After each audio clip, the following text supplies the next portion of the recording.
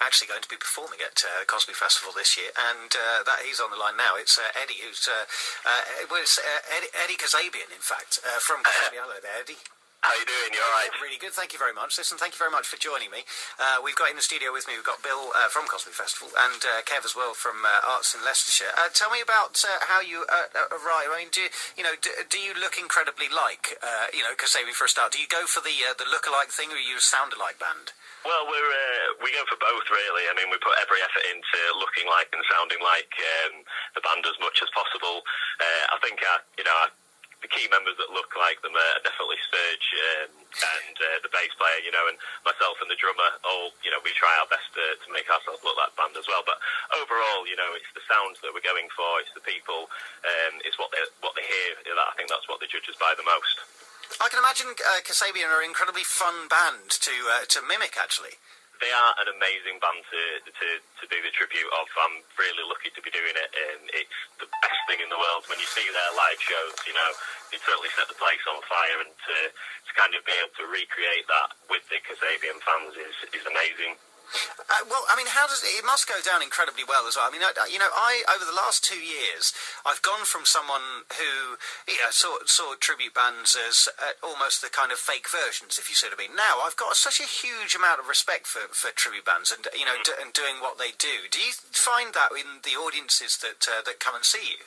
Yeah, I think it's one of those things. I mean, I think everyone goes through the stage where they want to go to the live shows and see the real band and stuff like that. But it is getting so expensive to do that. And I think when you can go and see something locally, pay a fraction of the cost, get to the bar straight away, watch the band in reasonable comfort and still go away having a really good night with the vast majority of your friends, because you can all afford to go at the same time. It's I can totally see why it's so popular. You've got Cosby Festival then coming up. I understand that's a highlight of anyone's calendar.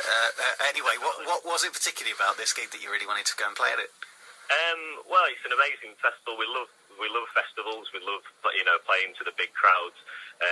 When you play high up the lineup at these places, you get to play on some pretty special stages, and as I say, the fans are what make it, and everyone who gets involved makes it what it is. When you get to these big festivals, it's usually where everyone is there to have a good time, and everyone's kind of waited all day to see you, and it blows up by the time we go on. So I can't wait. Right, just brilliant. When are they on, Bill? Oh, they're headlining Friday night. Friday night on the marquee stage. Yeah. What's now, apart from the fact that it's got a marquee, what's special about the marquee stage? Oh, it's the only stage we've got open Friday night. Yeah, great. Okay, it's as good a reason as any to go and see. Any idea of do you have an expected set list for most gigs, Eddie? Because I can imagine most Kazabian fans are going to want to hear certainly a few of the classics. Do you try and kind of manipulate it a little bit to get some of the older stuff in? Yeah, I mean, we do have to jig about with the set quite a lot. I mean, we do tailor it due to so many factors. We do think, if it's a festival crowd, are they going to want more of the classics and stuff like that? But we try and play an all-round set, throw in something new, keep the classics, and end with the massive tunes that set the place on fire. Oh, and you don't get any bigger than some of the tunes that they've the Kasabian actually play, like Fire and things like that. I mean, the energy and the raw power kind of behind a lot of their tunes are amazing. Does that make it easy to does that make their songs easier to play just because they're kind of fairly kind of straight rock band, but or more difficult just because actually it's almost stripped back to those individual elements a little bit and making it kind of more difficult to play? Well, I can only speak as being the front man, really. But I know, as being the front man, the tunes that they have, are what make the crowd react. And as a front man, that's what you need to kind of take you to that extra level. With someone like Tom Meehan, who has got so much energy on stage, you need to have a crowd that you can bounce off and give you that kind of, desire and passion to perform like that. But yeah, it's the best music in my opinion. I wouldn't want to be doing anything else. It's just fantastic. Bill, have you sort of phoned Eddie up and been like, now listen, if you're going to play this, I want you. You're going to have to play this, and you're going to have to play that. Are you quite strict? Or you just let them get up to their own thing? Having seen the Kasabian tribute before, I'm just happy to get them on stage. I know they can nail it. They're a really good band. Wow, where did you see them before? It's the best next thing to having the original from the next village. So. Did you see them at Glastonbury this year, Bill? I didn't know, but I've seen the videos. My mate was there, but I've seen them with the Tennysons. I've seen them before. I've seen them. Yeah, I was there. I was in the crowd at Glastonbury. Absolutely fantastic. Definitely caught the essence of Kasabian, I would say. Brilliant show. Listen, stay with us, all of you. We'll come back to you in just a couple of moments' time. There's Eddie from Kasabian. We've got Kev from Arts in Leicestershire and Bill from the Cosby Festival. We'll have a quick listen to some music and we'll get an update on traffic and travel. This is BBC Radio Leicester. It's Ed Stagg here and it's 3:31. Which way round? Let's ask our panel in the studio here then. Throw it over to them and throw the embarrassment their way. Instead, we've got Bill in the studio from the Big Love 2-day festival, which is happening next weekend in Cosby. Oh no, you're over here. There we go.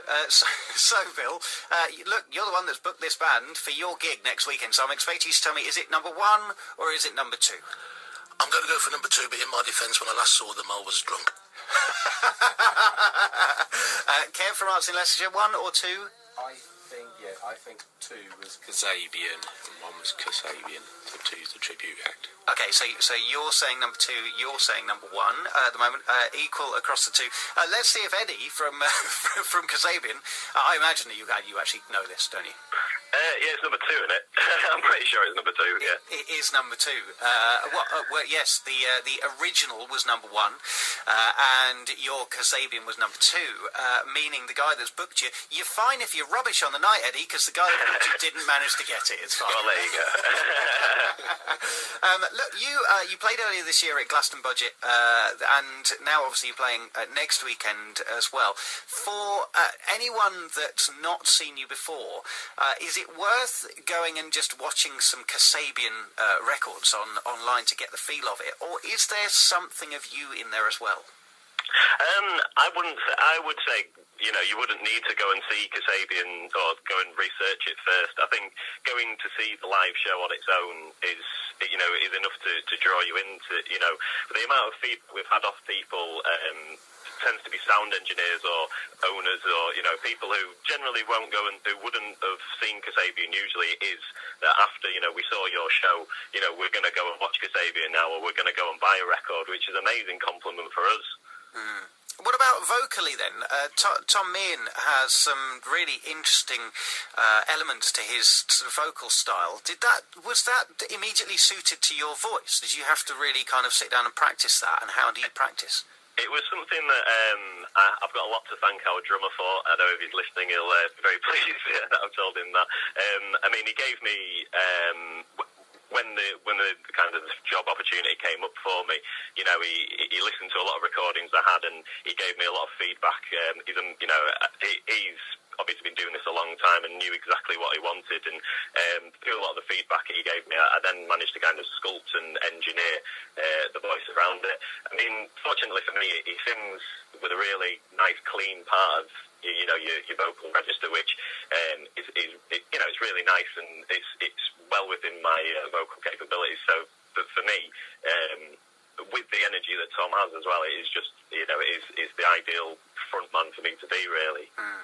A lot of artists you hear described as being so confident and confident and comfortable. I get the feeling with sort of Tom Meehan is even less than confident and comfortable. He's almost a lazy vocalist, and I don't mean that in a harsh way at all, because that is their sound and it is great and it's a unique and individual sound. Did you have to sort of try not to push so hard? Because I get that from Tom's voice. He's literally sitting back so much on it that he's not driving the music at all until you get those big kind of crescendos in the music. Yeah, well, I think we always use the live versions of Kasabian to base our acts upon. While I was researching Tom, the instructions I got from the band was, don't listen to the studio albums. You need to listen to Tom's voice on the live recording. I wouldn't say he's a lazy vocalist. I think I understand what you mean. There's parts where he doesn't sustain long notes and things like that. But I think that's part of the style as well. And I think when you are performing live, you've got to take into consideration the fact that you are moving about and the fact that you are expelling a lot of energy as well. So you need to make sure that you've got enough energy in the lungs to be able to move about and not be out of breath, as well as hitting the notes and getting the song out there. Listen, it's good to talk to you, Eddie. Thank you very much. Looking forward to the gig next week. So you're headlining Friday night then at the Cosby Big Love Festival. Good to talk to you, Eddie. What's the worst thing that could go wrong for you on stage? The worst thing that could go wrong for me, I think falling over. I haven't done that yet. I did fall off a stage a couple of weeks ago, but I was all right. I managed to not do it that bad. But yeah, forgetting lines is terrible. Fortunately, I've not had one of those yet, but touch wood, that won't happen as well. It'll be absolutely fine. They'll be nailing down the mic stands and the cables, so you don't. I hope so. Good to talk to you, Eddie. Before I go, can I just say congratulations to my friends who got married a couple of weeks ago, Phil and Chloe. I wasn't able to go at the weddings, but yeah, I just wanted to say that, if that's all right. Oh, lovely. Yeah, of course you can. Well done. Congratulations.